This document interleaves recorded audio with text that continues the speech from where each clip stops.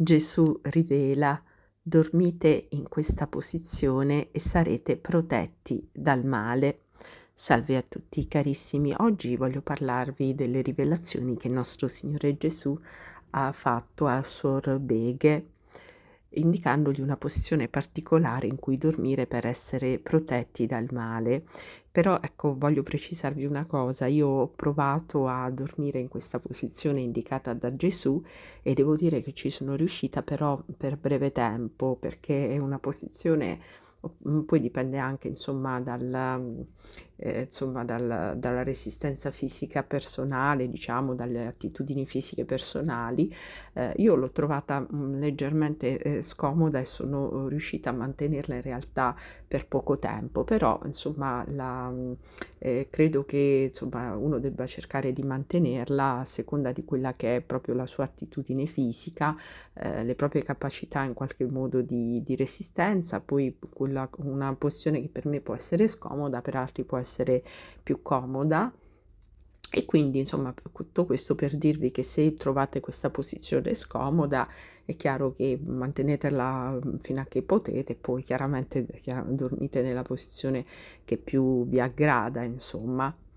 In questo messaggio che, Gesù ha dato a Suor Beghe, che è una suora belga che ha, in continuazione comunicazioni, con, Gesù, Maria, da cui riceve messaggi anche in contatto anche con le anime del purgatorio, Gesù ha detto: "San Giorgio è il santo che ti salverà dagli attacchi dei demoni.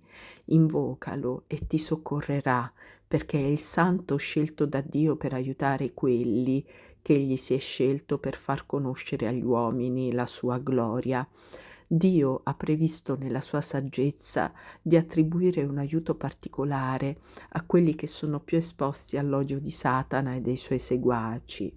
Ti affido a San Giorgio ed egli ti sottrarrà dagli attacchi dei demoni.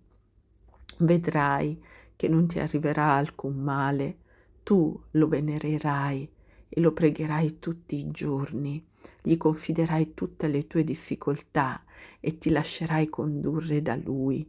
Veneralo e non dimenticarlo mai nelle tue preghiere.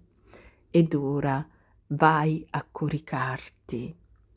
Ti addormenterai con il rosario nella mano, a pancia in su, con la mano sul tuo cuore e i piedi uno sull'altro, come me, sulla croce.